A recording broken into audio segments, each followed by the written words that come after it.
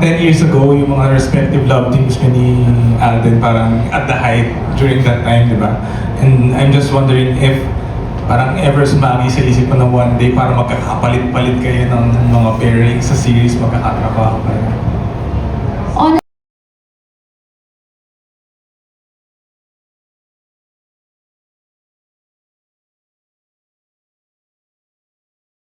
Honestly, sir, hindi ko siya naisip.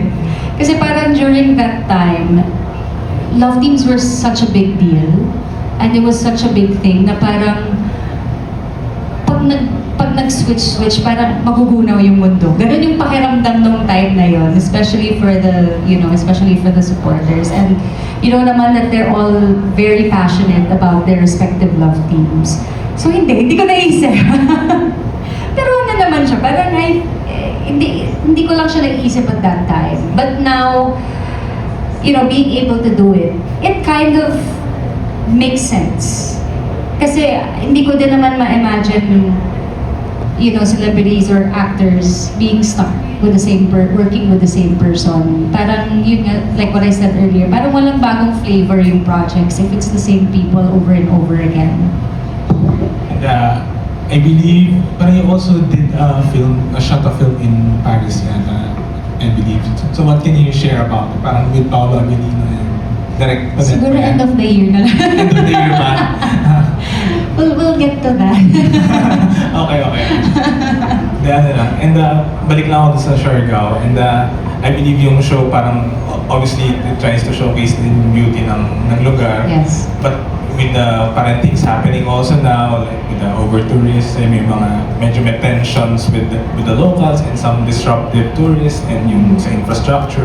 So, parang yung thoughts mo lang doon and parang siguro parang natin ipoprotect yun. Parang especially for you who's been living there for a while na. I think really the goal of Love Siargao is obviously, like what you mentioned, is to really showcase the beauty of Siargao, the island and its people. And as much as possible, we wanted to show the side of the real side of Siargao, which is more about community,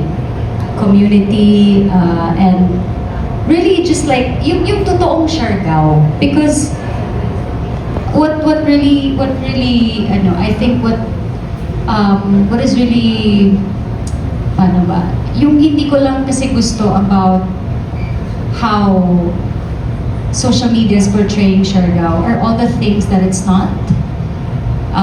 There's a lot of things that have been on social media na it's about hooking up, it's about partying, it's about, all of these things na hindi naman talaga ganun yung isla. I think over time, it's really just because nagkaroon ng culture na ganun.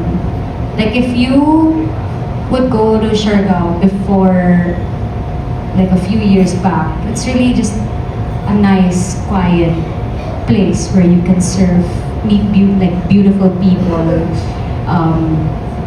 and would feel at home.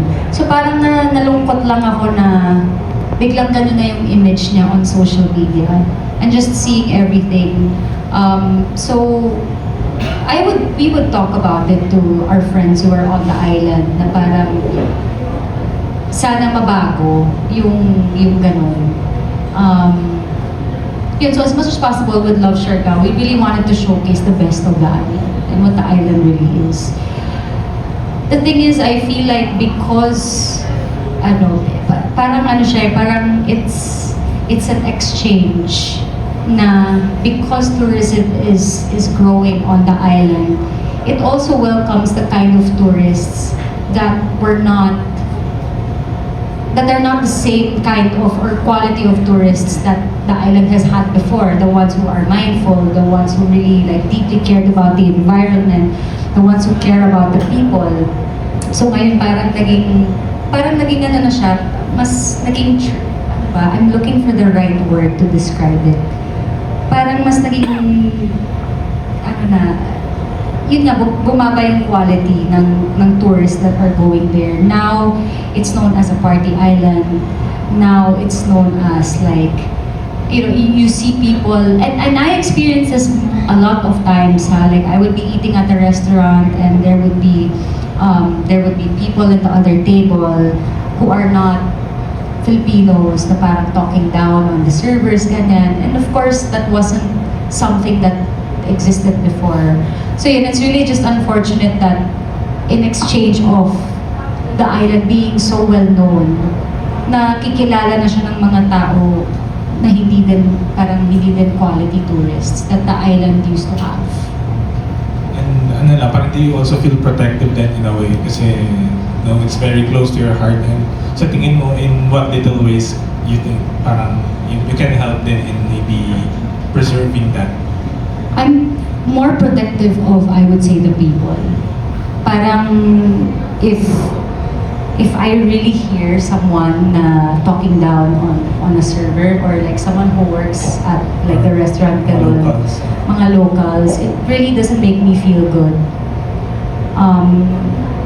And the thing is, most of the time kasi like these people don't really fight back, obviously, because they're working there, so hindi naman pwede. So there are times naman din na parang I tell people off. And there was an instance that I did na parang sabi namin, there's a way for you to talk to her properly, parang ganun. Di din naman kasi tama. And you as a Filipino, syempre parang, wag naman ganun.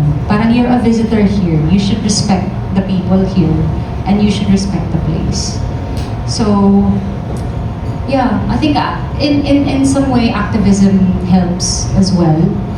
But hirap din naman kasi to control, people that are visiting. Hindi mo naman pwedeng i-screen yan isa-isa. Tignan mo yung ugali nila, tignan mo credentials nila. It's also really hard because we want quality tourists, but we want tourists also in general. And yeah, I'm honestly wishing that the island is the same as before. Yeah. Thank you so much. Thank you. Thank you so much.